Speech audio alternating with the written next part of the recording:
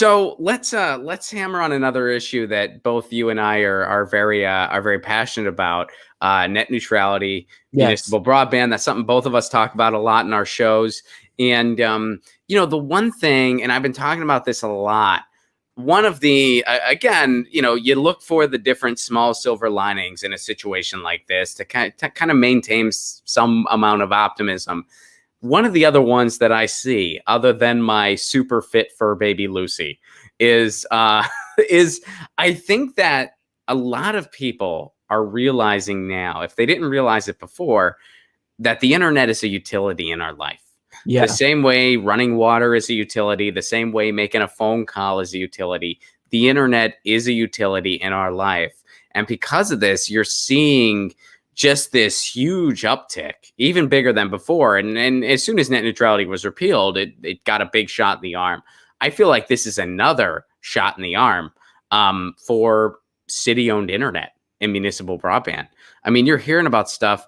I mean, there's something, and I got to do some more digging into it, but apparently North Dakota has some big thing now that they've invested in, some big municipal broadband project, and they might get the gold star soon. They might Wow. get the gold star from Chattanooga soon, potentially. I got to look into it more. But I know there's something big brewing in North Dakota. There's still something happening in the Portland area where you are, where I am. Santa Monica, it's grown a little bit more. And I'm still trying to find a way to really get that engine started here in Pasadena. With the quarantine, it's been difficult to really have any amount of growth there. But it's still something I'm looking into. So do you see this continuing? I do, because I think you made a really good point. Like, one thing about quarantine that I think is going to be really clear is that people's lives are going to be different. Like, we'll get back to a sense of normalcy. The pandemic will end at some point. But a lot of these companies, they're going to realize that workers can work from home, and that's going to save them money. Why rent a space when you can have your workers do the same thing from home? You make some adjustments, but they're going to need to work from home. And so a large part of employment in America, I think, will really hinge on access to the internet. And I think that as that need grows, not just as something that, we kind of we do it for fun as an activity, like it's a necessity now, and that's only going to grow. So I actually am optimistic here as well, because people are going to need an internet connection, and not just any internet connection, a stable one, a good one, because we do video conferencing now. Zoom has grown. So all of these things are kind of building a case for a publicly owned broadband, a case for, I don't know in what way necessarily, but increasing access. And I don't like to use the word access because, Democrats made it dirty, but really making sure that everyone has access to the internet in rural areas as well. And, that was something that Ajit Pai was trying to, argue that we should repeal net neutrality because it's going to be better for rural areas. Yeah. Well, and he recently got caught fudging all the numbers to make it seem like broadband was increasing. Yeah. When in fact it wasn't. In fact, all the jobs that they promised, that was all a lie. AT&T actually cut jobs. They've just pocketed all this money. So everything Ajit Pai said, not that this comes to the surprise of anyone who's been following this issue, but everything was just a straight up lie. And now he's having to try to fudge numbers to make himself look better, because even the powers that be are kind of being like, dude, what's going on here, buddy? And so, I think it's only a matter of time. And, Bernie Sanders had that high-speed internet for all bill. He was the only candidate to have anything like that. And when you look at that study, that I think it was Harvard, and then the Institute of Local Self-Reliance was involved with that too, which they're like the big, they're the big organization behind a lot of the municipal broadband projects throughout the country. That study found that 100% of the time, municipal broadband is cheaper than what the big cable companies are trying to do. And pretty much 100% of the time, they offer better service. And the only exceptions to that better service part are the projects that aren't finished yet. So basically, it's just like, in this city, what the city offers you is about neck and neck with what the cable companies are offering you as far as quality. It's cheaper, and it's nearly the same quality. There's a little like maybe every now and again, depending on the hour of the day, the speed might be slightly higher with this big cable company, but that's only part of the time, and it's only because our city project's not finished yet. We're still in the middle of it. So once we're done, it's going to be way better. And all the ones that are done are already way better. So it's pretty much got 100% success rate of being way better for a city and a community because you get better internet at a better price. Isn't that America? Isn't that the competition everybody's talking about? Isn't that exactly what that is? Isn't an organized duopoly by the cable companies, which is exactly what they have? It is a mafioso style organized duopoly where they don't infringe on everyone's territory. They offer crappy service because they know they got a monopoly and they're the only game in town, and they price gouge because the only thing that matters is their bottom line. Isn't that the opposite of competition? Isn't that the opposite of innovation? We've completely screwed the pooch on this one, and it's because it's what big cable wanted. And now we have the opportunity to kind of take this infrastructure back, and we're starting to do it. And if we don't, we're going to be telling our grandchildren and our children and our grandchildren what the internet used to be like. Yeah, totally. And like, it's a no-brainer. Like, if you know what municipal broadband is, it's a no-brainer. Anytime I explain it to someone who doesn't know what it is, they're immediately sold. And it's simple. Like, I'm not trying to jump through hoops to convince them. It's just a no-brainer because everyone knows how horrible Comcast is or whatever your provider is. But I will say this about Jeet Pai. He's putting in so much work for the industry. I'm sure he will be rewarded with a very, very high-paying job at Verizon, wherever. Oh, yeah. Has there ever been a more like brazen shill? And like, I know I throw that word around a lot, but when we're talking about a shill, like, there's nobody worse than a Jeet Pai. So he will be awarded like with an executive position, I'm going to guess, because the things that he has done to undermine the internet at the behest of them and increasing their profits, it's honestly insane. Oh, it's beyond. Yeah. I mean, that video he made once, did you ever see that video where he's just like, net neutrality, we don't need it. And he had like a fidget spinner and stuff. Oh, God. And he was trying to look hip. And it's like, oh, my God. And even just the way that guy talks. And it's just like, you're just an obnoxious dude. And yeah, I mean, I think if we had to give a gold star for like most willing shill, most shameless willing, I mean, man, I don't know if he gets the number one spot because that's a hard spot to assign, but he's in the running. He's like top three. Time. Yeah. I mean, it's like that guy because he knows what he's doing. It's not like he doesn't realize this is all bullshit. Oh, totally. They just said, who's willing to just lie for us and be the lightning rod for this? And he basically said, what does it pay? Sure, I'll sign up. I mean, anyone who falls for anything that guy says, you're being duped by someone with a lot of money and a lot of power. You're just being lied to. There's no logical argument against net neutrality. There's no logical argument for what Jeet Pai is doing. It's all, I mean, even when you look at it, I mean, even when you take like the libertarian approach to it, where it's just like, well, the free market, blah, blah, blah. Again, these organized duopolies aren't the quote unquote free market. That's not competition. That's not the competition you talk about. That's not what that is. Real competition would be allowing the city to build their own infrastructure. And if their infrastructure isn't good, well, I guess big cable will overtake them then, right? Isn't that how it works in your world? So what are you worried about? I did notice something in the chat here. Someone said, is this also good for smaller towns? Yes, this is totally good for smaller towns. There's a town in Massachusetts, Charlemagne, Massachusetts, that just got it. They're a town of, I think, 7,000. It's like 7,000 or 9,000. They're a small town. There are small towns in Ohio that can do this. It really doesn't matter the size of your town because, different sizes have different needs and different infrastructure needs. So no matter the size of your town, it can be done. There are so many ways to do it. And again, you would just be paying your internet bill to the city instead of paying your internet bill to Comcast or Verizon. And, the other thing, getting on what you said about Comcast, Mike, people, look, when your internet infrastructure isn't going well, who would you rather have dealing with this? Some third-party entity that's in big cable land and, you call a customer service, who knows where the person is who picks up. the contractor they send out is exactly that, a contractor. They don't even work for the company in a lot of cases, and they're just there doing whatever. Or would you rather have it be your neighbor who deals with the same internet as you? How often do you think the internet's going to go wrong if your mayor is dependent on that same internet? And if it's out for you, it's going to be out for your mayor as well. Think about that. Yeah.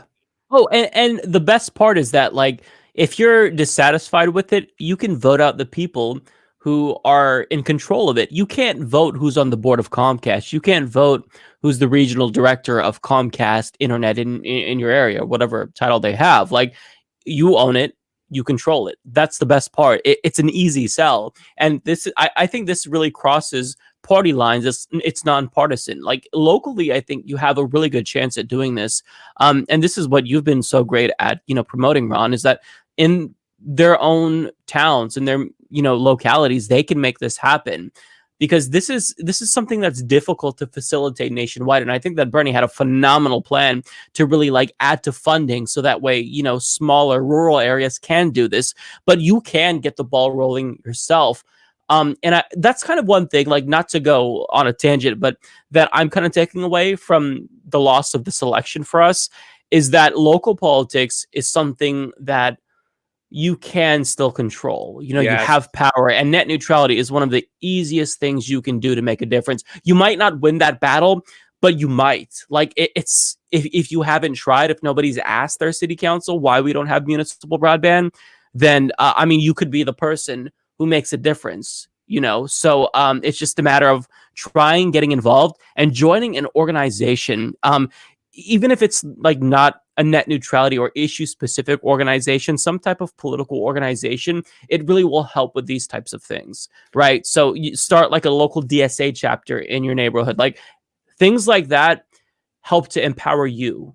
Oh, absolutely. And yeah, this is one of those things where it's like, yeah, we don't need some big national policy, because we can do so much at the local level, and then we can do a lot at the state level too. I mean, when they had that big ruling, and this was one of the few times where I actually, I was in disagreement with Free Press, which I like Free Press a lot. I know some people there, they do a lot of amazing things.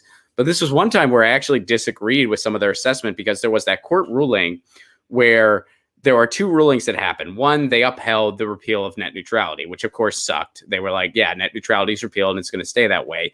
But we kind of knew, given the makeup of the court, that was likely going to happen, that there wasn't going to be enough to roll it back quite yet. So that sucked, but we kind of saw it coming. The other court ruling, though, which was, in my opinion, the good outweighed the bad here, was they said that states can have any net neutrality laws they want, and that can't be overrun at the federal level. They ruled on the behest of states. And I've been saying this since day one too. It's like, look, we got a killer net neutrality bill in California that's been moving forward. And New York's got one too. California gets a solid bill. New York gets a solid bill. We're safe, because guess what? All these big cable companies, they're not going to unroll all these anti-net neutrality packages when they can't get the business in California and the business in New York. They're screwed. Exactly. So all you need and then every state's going to follow suit anyway. Every state's going to also get a law anyway. But once you get, like, two big players like California and New York, you're good. So it's like that ruling was actually, the way I saw it, the pros outweighed the cons there. Were there cons? Of course there were. It was a bummer that they upheld the repeal. And had they not done that, we would have just gotten net neutrality back, and it sucked. But the fact that we still got power at the state level, that's huge. That's nothing to scoff at. Yeah, I think that that's a really good way to put it, because, like, I was really disappointed when that ruling came out, because I wanted to, like, I wanted it to be a blowout. Like, this was so dirty. It was so shameless.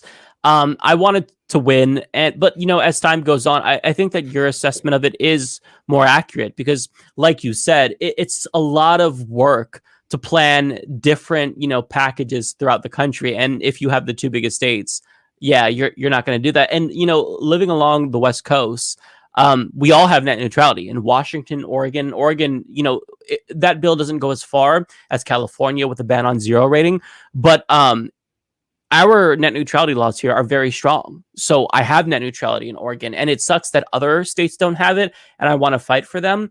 But I think that, the wind is blowing in a certain direction. And even if we had a pretty big temporary blow, I think that ultimately long term, this will be better for the movement, because nobody was talking about municipal broadband before Ajit Pai chose to repeal net neutrality. So, you can, I think it is okay to look for the silver lining in these types of things, because it's leading to something that's better. Like, if he hadn't repealed net neutrality, I think we all would have just shut up and taken our Comcast. We would have complained here and then. But I mean, there was really no need for action, no catalyst. But I think that this repeal was the catalyst that kind of lit a fire under lots of our asses. I mean, it certainly did for me. It made me really think there has to be something better. I'm done with Comcast.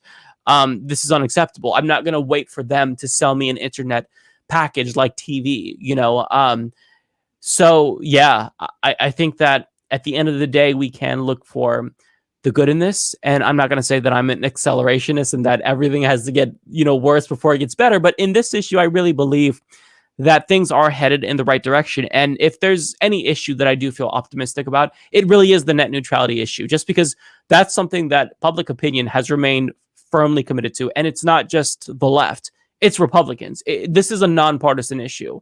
And because it is a nonpartisan issue, I think that any attempt to mess with the internet will be met with heavy resistance. Oh, yeah.